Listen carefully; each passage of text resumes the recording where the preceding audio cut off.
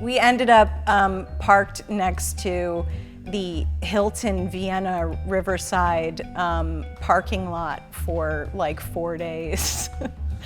That was your cruise? That was our cruise. Wow. Should I get in? Yeah, absolutely. Hop up. Okay. Thank you. I really love this hairstyle. Mounting a horse. Per usual, your hair looks fucking fantastic. Hello. Hi. Hi. Welcome to Grave Conversations, the only show where your favorite celebrities get to lie down. I am your host, David Dastmalchian. Today's guest is someone that we all hope lives for a very, very, very, very, very, very, very long time. Well, that doesn't sell caskets now, does it? That doesn't. But that's okay. It's a small price to pay if we get to keep you around for longer. You know her from The Suicide Squad, Peacemaker, does her own stunts, is a badass, also a very dear friend of mine. It's Jennifer Holland. Hi, Jen. Hi. I'm so glad that you could join us today. Are you comfortable in your beautiful handcrafted human Tupperware container? Yeah, it's pretty comfortable in here. Yeah. No complaints. Jen, we are super thrilled that you are here with us today. It means a lot to me. Thank you for being a part of the show this season. Let's hop right into the deep end with a segment that we call Questions You Need to Answer Before You Die, or as we, as slaves to tradition, like to call it, quintabid. If your brain had a screensaver, what would it be? Puppies. I was gonna say dog.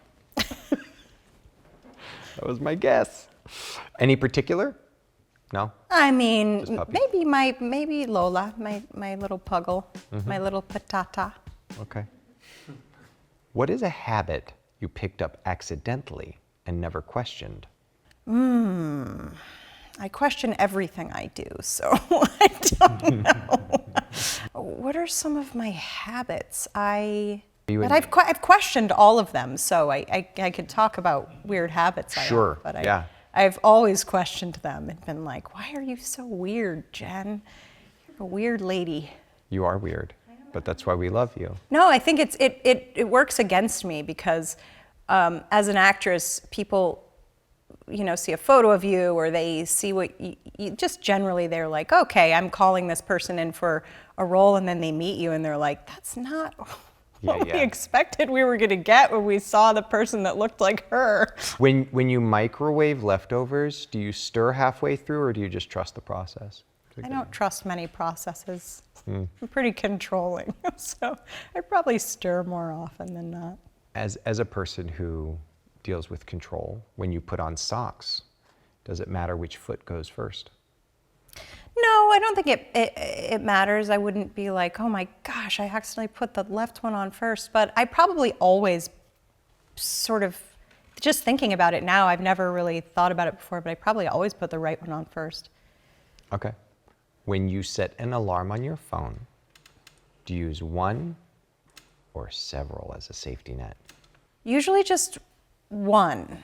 But once in a while, I will set more than one. But what I do often do is I'll set the alarm and then I'll lay down and then I'll go, I just have to check and make sure I set the alarm, and then I'll open my phone back up and just check and make sure that I actually set it, even though I know that I already set it. And then sometimes I'll do it again. I once, it's the only time I can ever remember doing it, but I was once going for a stunt rehearsal, and I somehow, I don't know what I did, I think I just didn't turn the sound on, so I turned the alarm on, but my phone was still on silent or something like that. And so my alarm went off, I just didn't hear it, and I slept through my alarm, and I ended up only being, I think 15 minutes late, but I was mortified. I was mortified. And it's, it's like the stunt team, I was going in for a stunt rehearsal, and the last thing I want is for those people who are like, I love them so much. They're heroes to me. What they do is superhuman, and I would never want them to feel like I was big timing them or something like Sure. that. So I was just mortified. I showed up like sweating and heaving, and I'm like, I'm so sorry, I'm here. Yeah. When you eat pizza, do you fold the slice or do you let it do whatever it's going to do? It really depends. I mean, it's like we're getting into like really important questions here. This is the stuff that matters. This is why people tune in. It really depends on the slice of pizza. Like how large is like a huge New York thin slice that's if it's a giant slice of pizza, you gotta fold it because like otherwise it's just flopping around and all the cheese is gonna like droop down off the end of the slice. I mean, you gotta at least partially fold it. I see it. I never see. What kind of monster wouldn't do that with a giant slice of pizza? Of course. You've gotten to work in worlds that are just chaotic and heightened. What helps you stay grounded when you're on set? I don't know. I think that the thing that helps me stay grounded the most on set is just connecting with the people I'm working with, connecting with the crew, trying to, just be a human being. And it generally in my life, like connecting to people makes me feel grounded. What's a direction you've gotten from a director that instantly made a scene click for you? Doesn't matter how you feel. Oh, that's so important. What for you is the most fun part of being in a big pop culture universe? I think the most fun part about it is the fans just, getting to be a part of people's life in a way that brings them joy and brings to life something that they maybe have been reading in a comic book for a very long time, or, that they are connected to in some way. It's just cool. It's cool to feel purpose in that way, I guess. Is there a character that you've played when you finished a day of work and you thought like, damn, I wish I could be like this in my real life? I played so many characters of like really weak women, to be quite honest with you. So I guess maybe in some ways, I would say Harcourt, but most of the good parts of Harcourt come from me. She just has like a confidence that I lack sometimes. So Jen, what's your stance on showering before bed versus in the morning? I like to shower before bed whenever I can because that's when I'm awake and I'm usually having a hard time like getting to sleep or whatever. So it feels like a better use of my time than having to wake up early in the morning to shower. I also don't like going to bed with wet hair, and I'm not looking to like blow dry my hair before bed. So it's a complicated one, but I do prefer to shower before bed if I can. When you hear "we need to talk," how bad do you assume it is? I don't really have a strong assumption of it being bad. It really depends on the situation. I don't know. This is my husband. Oh my goodness. If he hears "we need to talk," he'll be like, "No, we need to talk right now. What do you mean? Like, just tell me what it is." It's like, what is it? Just give me the end of the story right now. He can't deal. I'm a little more patient, I suppose. Oh my God. What is the longest that you've stayed in a conversation you wanted to escape? How long have we been sitting here? I'm just kidding. Jennifer Holland. I'm sorry. Wow. That's going to be on a viral clip. Thank you very much. Gosh, so many times. I mean, my very good friend, I won't say her name, was dating this guy for a very long time who my husband and I went to lunch with once, and he was just one of the most boring people I've ever met. We were like, get us out of here. That comes to mind. But speaking of, being stuck in conversations, have you ever been just stuck somewhere for too long? We recently went on a cruise. Sounds lovely. It was one of the most excruciatingly painful experiences of my life. Was it the other passengers? Was it just the... the boat, basically the boat broke down. So we ended up parked next to the Hilton Vienna Riverside parking lot for like 4 days. That was your cruise. That was our cruise. I've lost people very close to me in my life, and there's absolutely nothing that can help you to feel better except just the passage of time. I love being here with you. We are on a roll. So let's dig 6 feet deeper on grave conversations. Something that's really important to me and everyone else that makes this show is the opportunity, the possibility, the potential that we could maybe normalize, even for a little bit, conversations about death and dying. Are you ready to talk about end-of-life things? No. Is there anything I can do to help? No. This is a little segment that we call Death Wish. Okay. Burial, cremation, or undeclared, so your loved ones can argue about it. Well, we're selling caskets here, so I feel bad saying this, but I don't really believe in burying That's fine. human bodies and having all the wasted space that we make at these like large cemeteries that we have that could be maybe more beautiful as just parks or something like that. So it just seems like an odd thing to do.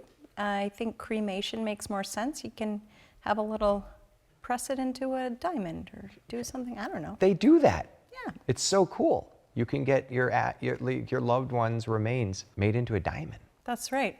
That's Maybe awesome. Titan does that as well. No stone unturned when it comes to Titan caskets. Would you attend your own funeral if you could? Oh, sure, why not? If you could haunt any person on Earth, who would it be and how would you haunt them? I would haunt my friend Sarah Alami because she's just the funniest person to scare. I love people like that are easy to scare or fun to scare. Oh, she's just ridiculous. Rides like kiddie rides at Disneyland and like pees her pants and screams for her mother. It's ridiculous. Is there a death in a movie you've seen that you would choose as your own? I can't think of one. If I could choose the way that I die, I think it would just be like in my sleep or something like that. So I didn't know it was coming. What do you think is the best age to die? 375. Wow, we'll get there. 375. Just like long enough to be like, all right, I'm so done being here, you know? That's one of the problems with being a vampire. Yeah, I know. I know, it's the age old. If you could pick a theme for your funeral, what would the theme be? Safari. Safari.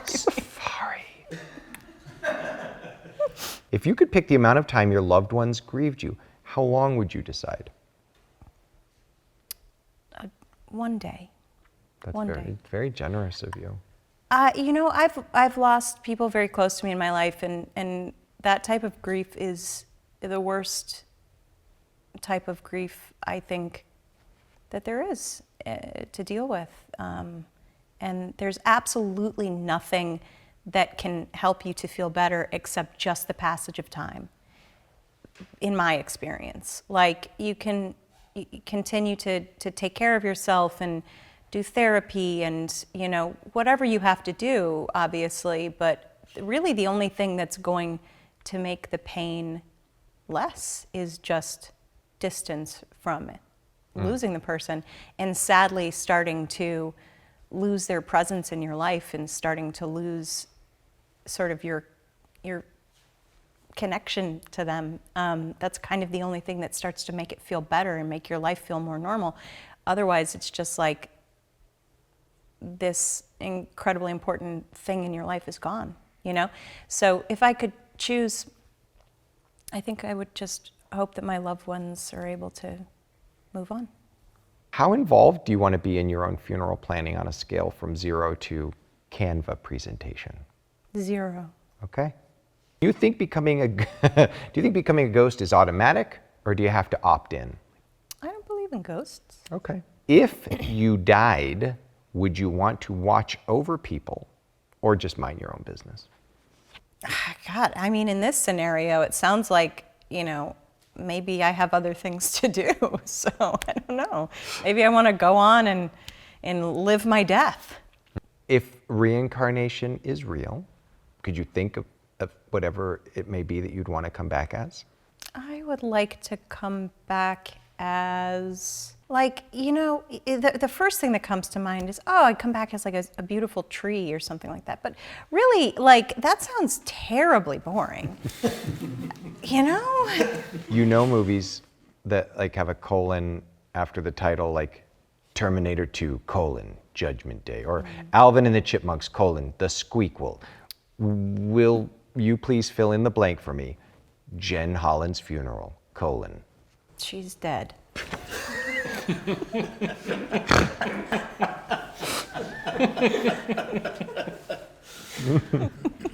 Great answer. If someone told a story about you at your funeral that was embarrassing but very loving, would you approve? Yes. Do you think that there is an afterlife, or do you think it's just the ultimate loading screen? I have most of my life been pretty certain that there's nothing after you die. But recently I've been trying to let go of my own ego and allow myself to be in the not knowing, because the truth is that I don't know that that's the case. I just think I'm smarter than everybody else, and that's fucking stupid. So yeah, I don't know what happens when we die, and I think that my challenge in my life is, one, accepting that I don't know and finding wonder in the not knowing. I would like to thank you for opening up with us today. I know talking about death can be tricky, and again, that's what is so special about this show. So it means a lot to me that you, as my friend, but also someone that many people are a fan of, were willing to come and do it. So thank you for that. Of course, thanks for having me. We're moving past death. We're returning to the world of living and thriving in this next segment that we call Living for This. What is something in your life, personally, professionally, it doesn't matter, maybe spiritually, makes you feel alive? I feel the most alive and the most present when I'm in nature. I have such an enormous appreciation for this beautiful planet that we live on. It seems like such a miracle, like the miracle of life. The fact that we're like this tiny little rock floating in this immeasurable universe, and somehow like everything just came to be just right so that we could all like have consciousness on this planet. And I just find the planet and our existence here to be just so, you know, it's a blessing and a curse, but it's just so beautiful. It's such a beautiful planet. So I love feeling connected to nature, and that's what makes me feel the most present. And yeah. Well, thank you so much for being here on Grave Conversations. Before we memorialize this interview, though, I do have one final thing I want to ask of you, please. My favorite part of the show, we would like for you to give your own eulogy. Do you see how I emphasized the you part? It's kind of charming, right? Anyway, when I say die, you will have 60 seconds to give yourself your own eulogy. You can be serious or not serious, but look, what's most important is that it's honest and extremely clippable for social media. Are you ready? Oh, great. Okay. No pressure. 3, 2, 1, die. Oh my God, this is a nightmare. Jen Holland. She was usually blonde, occasionally brunette. She was 5'3" tall most of her life, but she lived to be a very old age, so she got shorter. She had weird pinky toes. Most people thought she was all right.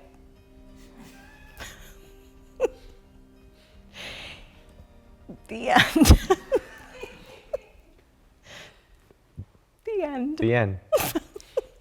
You are a weird person. That was the weirdest eulogy I've ever seen. And I love you for it. Thank you. Yeah. How come I don't even remember what I said? I appreciate you so much. I'm grateful for your friendship. Thank you. Well, here I am. Rock you like a hurricane. This is so weird. So about that cruise we were on, Ilan took it upon himself to take a meeting with the whole staff of the cruise and proceeded to berate them for like 20 minutes straight. And it's on, he recorded it. And I feel like if you wanted to put something over the end credits of this show, it should be that. It should be the recording. So, long story short, I think this cruise has been a failure.